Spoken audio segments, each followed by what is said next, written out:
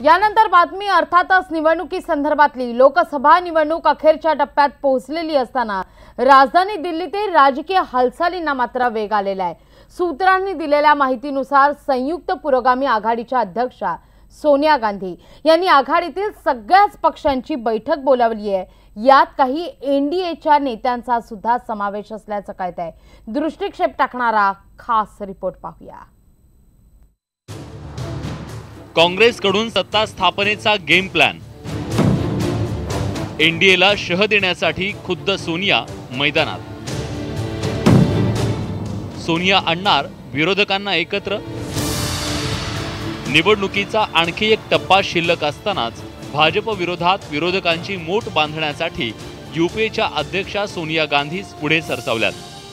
सोनिया गांधींनी यूपीए सोबत कुंपणावरच्या अनेक पक्षांना पत्र लिहून निकाला दिवशीच विरोधकांची बैठक बोलावली आहे। रही बात 23 तारीख की मीटिंग की, तो श्रीमती सोनिया गांधी जी ने जो मीटिंग बुलाई है वो सभी गैर भाजपाई राजनीतिक दलों से चर्चा करेंगी, विचार विमर्श करेंगी, आगे की रणनीति तय करेंगी।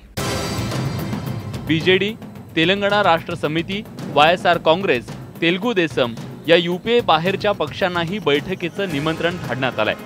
गेल्या वेळी बीजेडी, टीआरएस, वायएसआर काँग्रेस या 3 पक्षांचं एकत्रित संख्याबळ 39 होतं। म्हणजेच भाजप किंवा काँग्रेस नंतर त्यांची एकत्रित मोठी संख्या होती।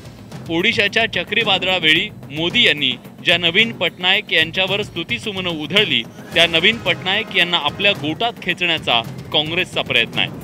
मध्य प्रदेशचे मुख्यमंत्री कमलनाथ यांनी पटनायक यांच्याशी स्वतः संपर्क साधल्याची माहिती आहे। काँग्रेसच्या या गेम प्लॅनची भाजपनं मात्र खिल्ली उडवली आहे। सारे फ्रंट तो तब काम आते हैं जब हमारी सीटें कम हो। हम 300 से ज्यादा सीटें ऑपोजिशन के कितने भी फ्रंट बने, लीडर ऑपोजिशन तय कर ले, हमें क्या आपत्ति है, कोई भी करे। काँग्रेस आणि भाजपच्या बाहेर पंतप्रधान पदाची इच्छा बाळगणाऱ्या नेत्यांची यादी ही मोठी आहे। त्यामुळे सोनियांनी या सगळ्यांना एकत्र आणण्यासाठी पुढाकार घेतला असला तरी कडबोळं एकत्र करण्याचं आव्हान मोठं आहे। यूपीएच्या 3ऱ्या प्रयोगाचा फैसला आता 23 तारखेलाच होणार आहे। भोपाळहून अनुराग श्रीवास्तवसह ब्युरो रिपोर्ट, न्यूज 18 लोकमत।